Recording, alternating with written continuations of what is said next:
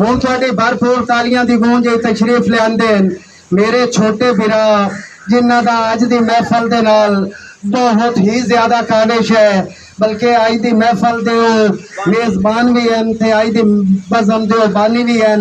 मेरे छोटे बिरा खूबसूरत अंदाज है कलाम सुनाई सन जनाब कमर अब्बास ज़मन साहब। आओ जनाब कमर अब्बास ज़मन साहब। बिस्मिल्लाहिर्रहमानिर्रहीम। सबसे पहले बंदा नाचीज़ कमर अब्बास ज़मन का मुहब्बत करे सलाम।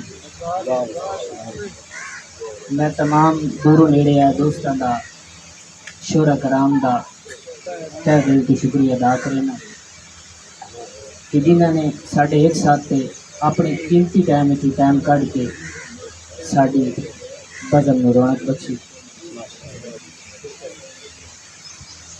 एक उस्ताद का शेर उसके बाद अपनी हाजिर।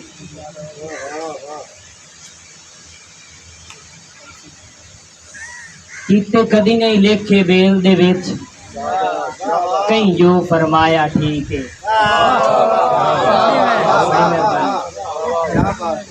कीते कदी नहीं लेखे बेल दे विच कहीं जो फरमाया ठीक है। कहीं कीता करम त बिस्मिल्लाह कहीं खोट कमाया ठीक है। और मोढे नाल नदीम बिलपियां दे हर दौर निभाया ठीक है।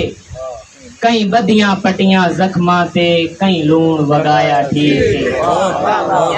बड़ी मेहरबानी। तेरे जमन दीदार दी सिक दे विच तेरे थे दियां फिरियां गलियां। तेरे जमन दीदार दी सिक दे विच तेरे थे दियां फिरियां गलियां। तेरे देश ते देश दे वासियां तो पईयां जा जा झिड़कां चलियां।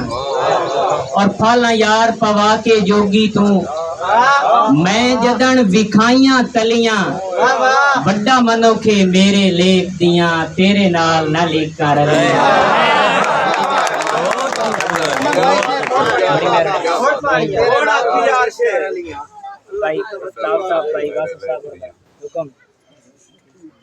तेरे जमन दीदार दी सिक दे विच तेरे थे दियां फिरियां गलियां। तेरे देश ते देश दे वासियां तू पईयां जा जा झिड़कां जलियां। और फाला यार पवा के जोगी तू मैं जदन विखाइयां तलियां। बड़ा मनोखे मेरे लेख दियां तेरे नाल ना लेका रलियां। इयो सोच के तेरा संग कीता रसे बन के जमन दा चंद तू। इयो सोच के तेरा संग कीता रसे बन के जमन दा चंद तू। बेण परखिया जमन चसा वारे तू बशर दे तन मन तन तू।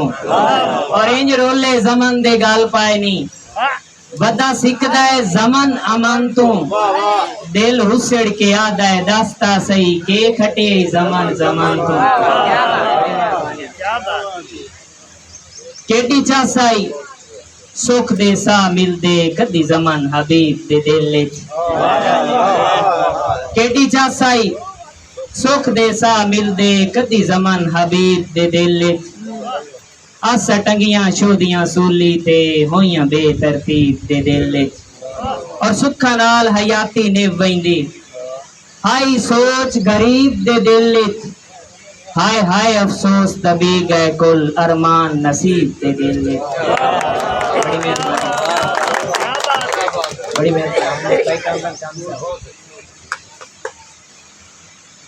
करी लापरवाही नहीं जदन सुनीवी मेरे मरण दा यार ऐलान है। करी लापरवाही नहीं जदन सुनीवी मेरे मरण दा यार ऐलान है। मेरा गैर जनाजा चाही वैसिन करी इतना फकर थियाने। और मोटा मंजी नू बेशक ना देवी लगावी कब्रिस्ताने। हथी अपने बस दफना छोड़ी करी जमन ते एहसान है।